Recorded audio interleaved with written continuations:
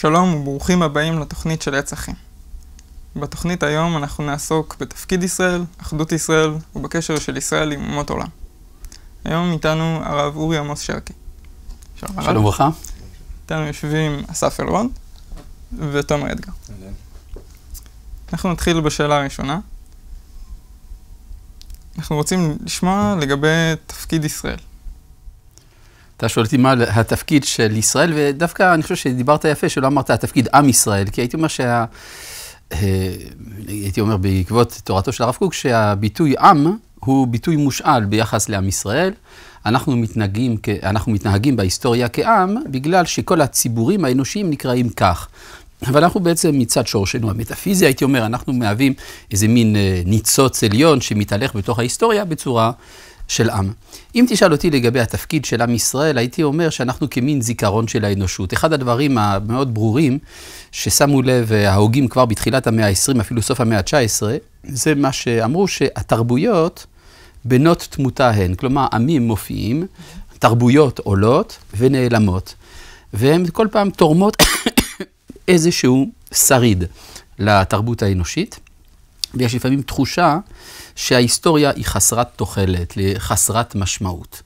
זאת אומרת שהחידוש המרכזי שאנחנו חידשנו במהלך ההיסטוריה בכללה, זה שיש לאנושות כיוון, יש להיסטוריה משמעות, ואפשר לומר שאנחנו באיזשהו מקום עושים טובה. כן, זה קצת יומרני, אבל זה אמיתי. אנחנו עושים טובה לתרבויות השונות, שאנחנו שומרים את הרשמים של פעולתם דרך התודעה הקולקטיבית שלנו. כלומר, במילים אחרות, אנחנו קצת מצרים העתיקה, אנחנו קצת אשור, קצת בבל, קצת יוון, קצת ישמעאל, קצת אירופה המערבית. אנחנו כל זה מקבל משמעות דרך עם ישראל, ומתוך כך גם כמובן חיבור מטה-היסטורי. וואו, הצפת אותנו עכשיו אנחנו נצטרך לשאול הרבה שאלות. בעצם הבדלת בין עם פיזי שנמצא בעולם גשמי כעם, כחיבור בין אנשים, לבין משהו פנימי או מטאפיזי שנתת שם. עכשיו, איך, זה מיד מעלה את השאלה, מה הקשר או מה החיבור הזה בין הצד המטאפיזי של ישראל, אם בכלל יש, לצד הגשמי של ישראל? כלומר, איך זה התבטא באופן חומרי שהפכנו להיות עם כאנשים? תראה, הייתי אומר ככה, הרעיון של גורם מאחד בהוויה, של נוכחות אלוהית בהוויה, הדברים האלה הם דברים, הייתי אומר, שמתבקשים בתוך המחשבה האנושית. הרי בני אדם תמיד חיפשו בסופו של דבר את הקשר אל העולם הנעלם, העולם אולי גם שייתן משמעות. כך שאפשר לומר שהתביעה להופעתו של עם ישראל בהיסטוריה, אפשר לומר שהיא תביעה טבעית, סמויה אמנם, כלומר אני לא חושב שהשומרים ידעו שהם הולכים להוליד את אברהם, ושהוא הולך להוליד את עם ישראל, אבל בסופו של דבר, התביעה שתהיה אומה, שתהווה כמין מרכז חי, אורגני של כללות האנושות, הדבר הזה אני חושב שהוא תביעה עתיקת יומין, שאפשר למצוא את השורשים שלה אפילו בראשית הופעת האדם, ואולי אפילו לפני כן. נאמר כך, במהלך ההיסטוריה עשינו הרבה דברים. עשינו הרבה, אפשר לומר, בלגן, כן? אנחנו נכחנו כמעט תמיד במרכזי ההתהוות של התרבות.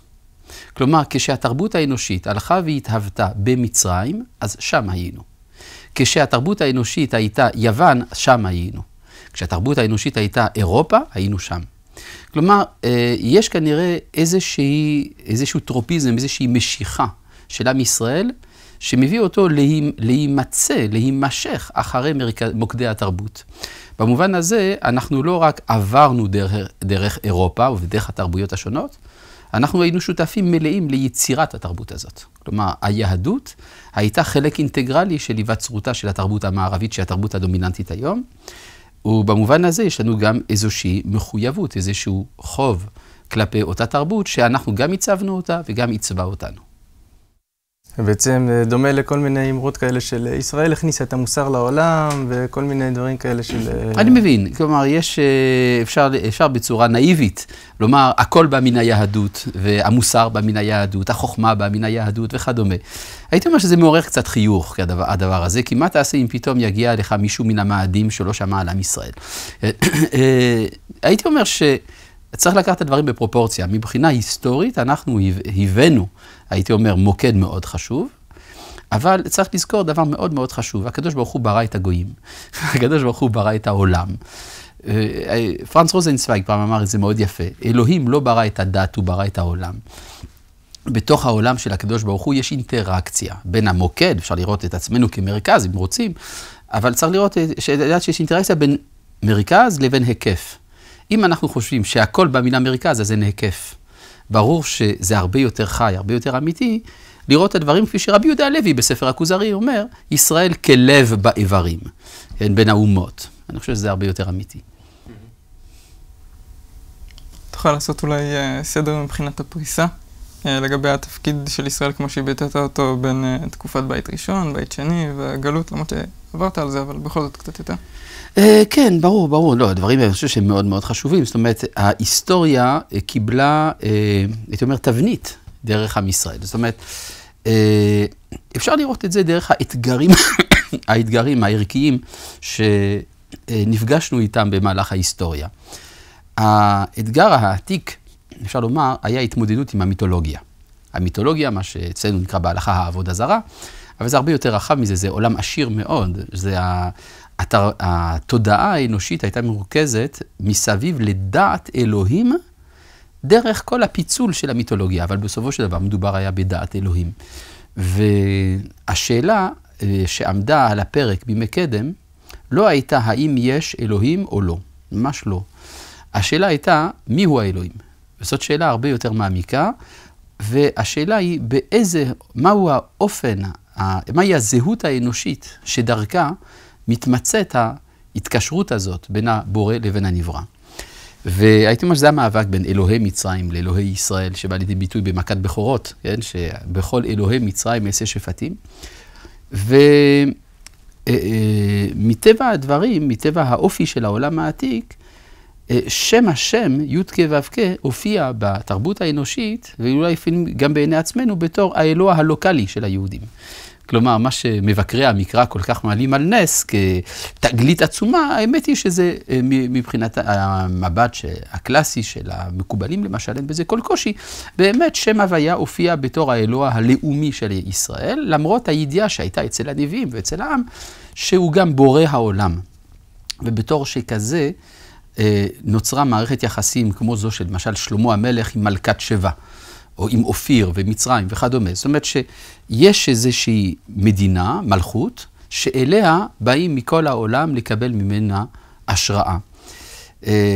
הייתי אומר שבכלשונו של הרב קוק, שמדובר אז הייתה בקדושת הכלל. כלומר, האומה ככלל היא זו שהייתה הכלי להופעת האלוהות. וכמובן גם דרך תרבותה, ספר שיר השירים, שהוא גם שיר אהבה וגם שיר קודש, מבטא את ההלך רוח הזה.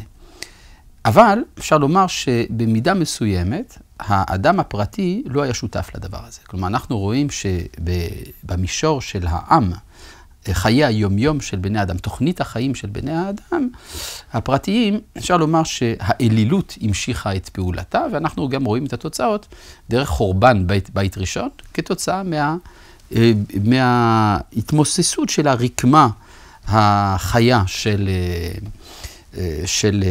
של האומה אז. לעומת זה, בית שני, כן, אם כבר אנחנו מדברים על זה, דווקא מבטא תקופה של התנפצות של מושג הכלל. זה ההתחלה שגם מבחינה היסטורית זה מקביל מאוד להופעתן של הדתות והפילוסופיות השונות בעולם, השיטות הרוחניות שבאות לספק משמעות לחיי היחיד. הייתי אומר שאם בימי בית ראשון, גם בעולם כולו וגם בעם ישראל, עוד לא נולד האינדיבידואל. האדם לא ראה את עצמו כישות פרטית, אלא ראה את עצמו כהופעה של ישות ציבורית. בית שני, התקופה שמה שנקרא הזמן העתיק, הלא עתיק מאוד, אבל אפשר לומר התקופה של יוון הקלאסית למשל, מדובר בחיפוש משמעות לחיי היחיד. האדם שואל את עצמו, מי אני, מה יהיה אחרי מותי, האם הנפש שלי תישאר, שאלת הישארות הנפש, העולם הבא, הופכות להיות שאלות מרכזיות ביותר, תחיית המתים וכדומה. וכאן מתפתחות תופעות מאוד מעניינות של צדקות יתרה של היחידים. כן, זה מה שהתלמוד אומר, שבימי בית שני אנחנו בקיאים בהם שהם היו חסידים ואנשי מעשה. אבל, הייתי אומר, המחיר, הצל של האור הגדול הזה, זה שנאת חינם. כלומר, אם אני צדיק ואתה צדיק, אז מן הסתם שאנחנו גם נהיה בתחרות אחד עם השני. אנחנו כנראה גם נשנא אחד את השני. וזה מה שהחריב את בית שני.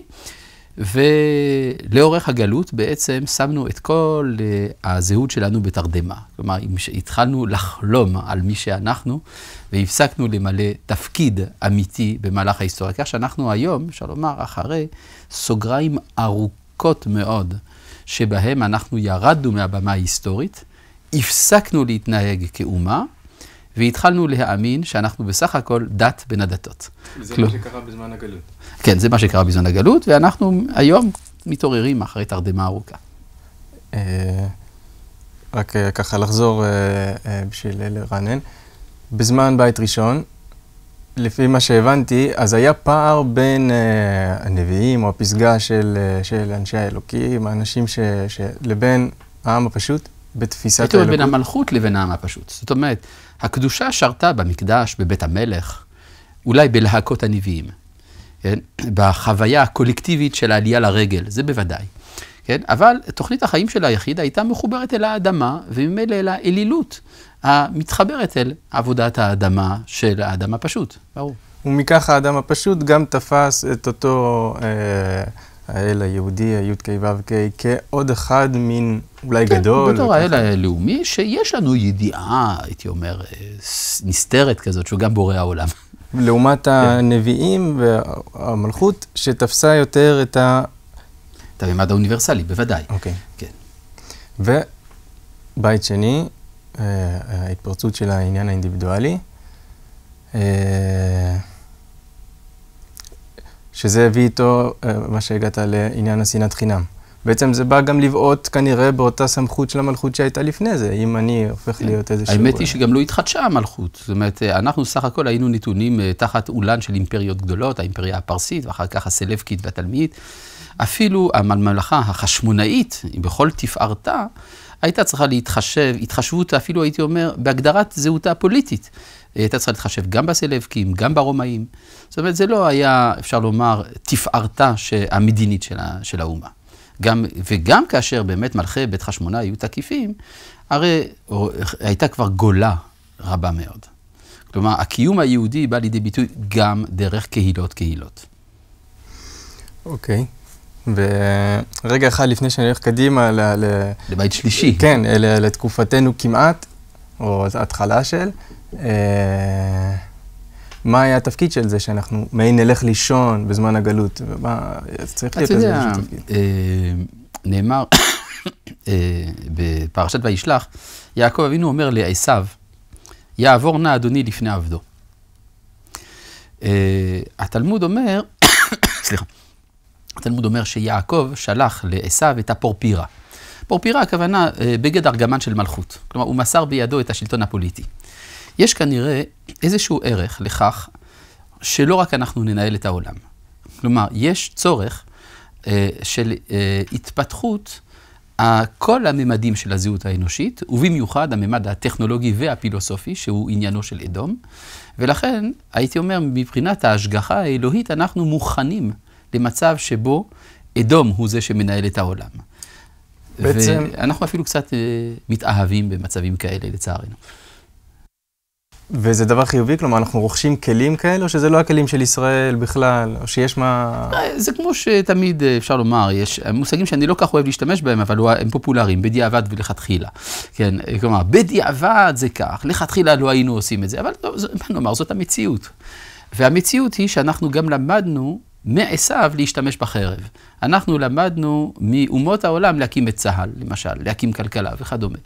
כלומר, יש איזה צורך שנקבל אפילו גושפנקה של אומות העולם לרשות שלנו לחזור למשפחת העמים, וזה מה שעשינו בהצהרת בלפור וכ"ט בנובמבר וכדומה. אני לא יודע אם זה מה שאתה אומר, אבל יכול להיות שזה הרבה ממה שעלולים אולי להבין מזה. שכביכול נדמה שכל העולם נוצר בשביל ישראל, וישראל לא אמורה לשרת את כל העולם, או שכאילו כל האומות הן חסרות תוחלת בפני עצמם, ושלהם לא מגיע לחיות וכו' וכו' וכו'. מצד למדנו הם האדומים להילחם בחרב, אבל האדומים מצד עצמם, בסדר. אין בהם תועלת מצד עצמם, אבל... מעניין מאוד, כלומר, זה מעניין מאוד שזה בדיוק ההפך מה שאני אמרתי. יכול להיות, אבל... לא, זה מאוד מעניין, אני אסביר לך מדוע זה חשוב, מה שאתה אומר. ומדוע אני מרוצה שאני הובנתי לא נכון. כי באיזשהו מקום,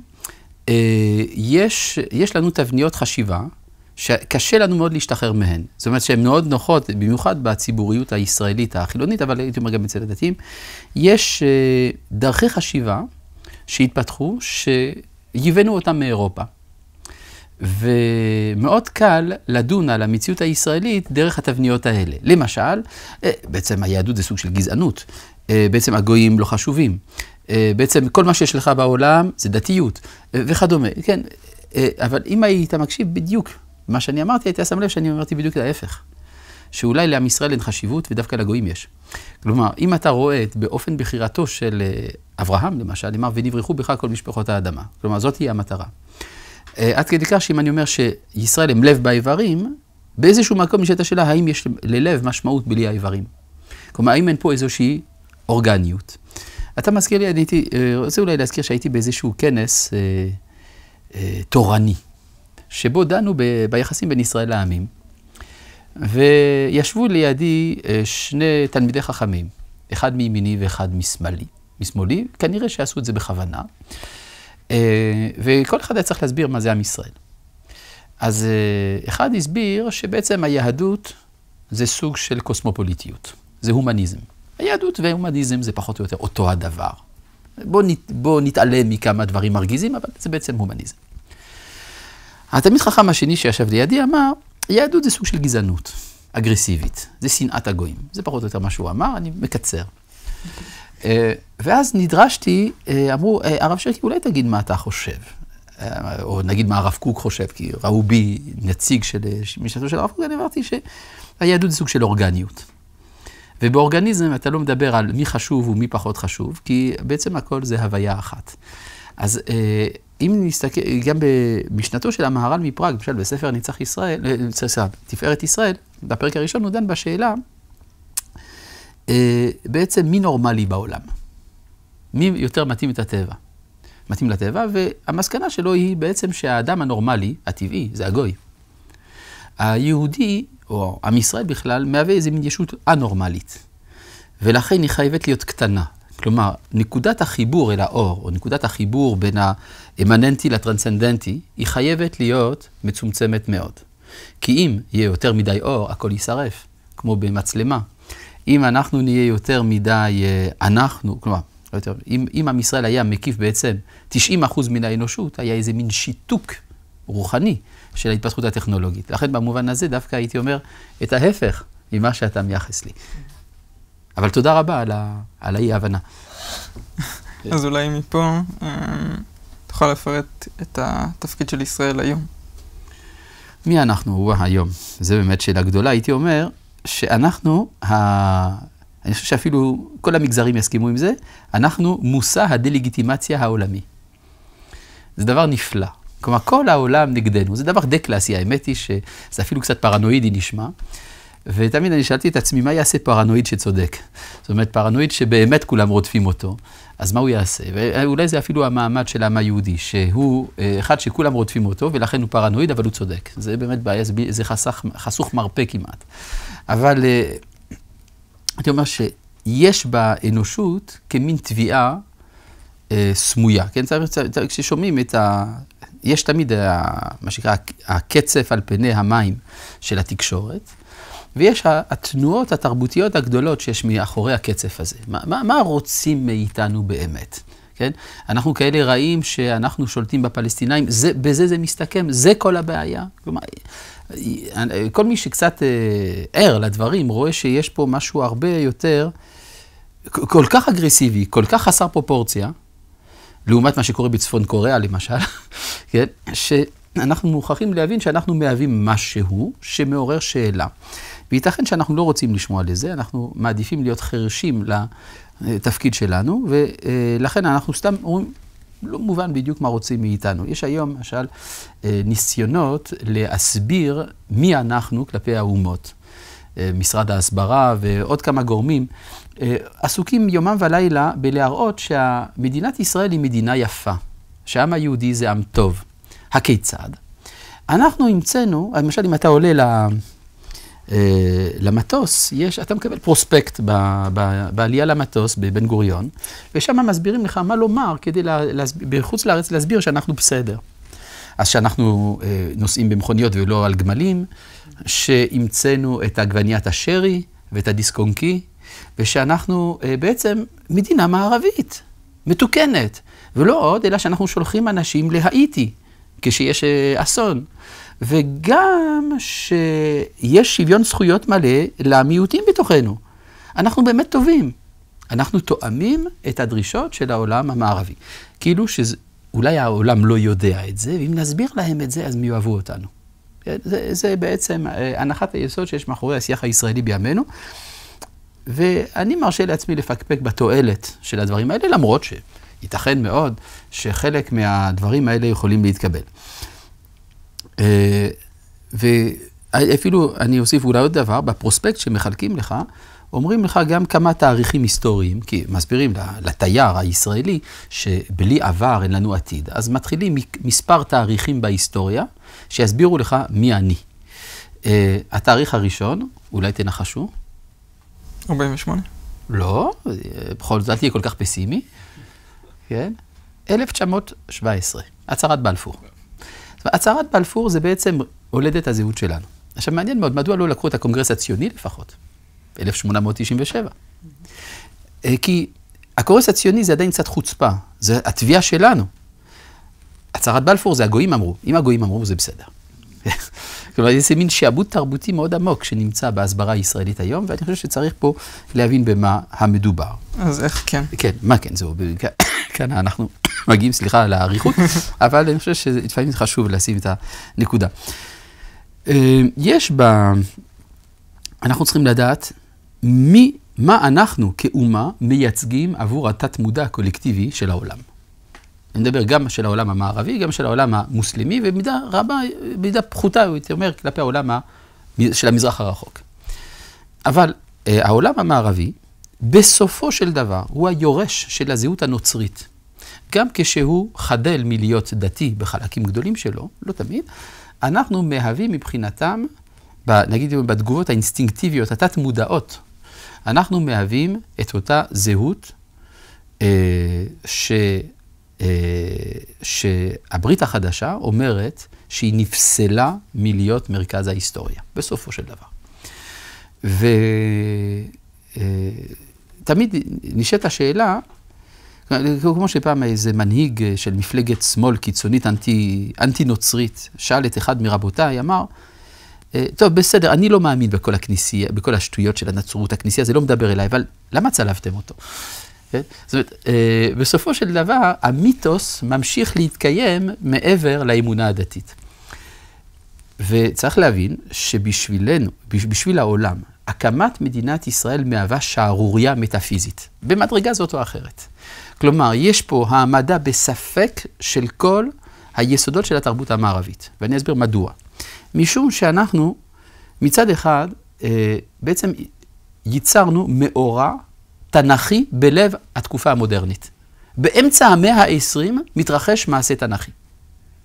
חשבנו שהתנ"ך שייך לעבר, הנה עכשיו הוא שייך להווה.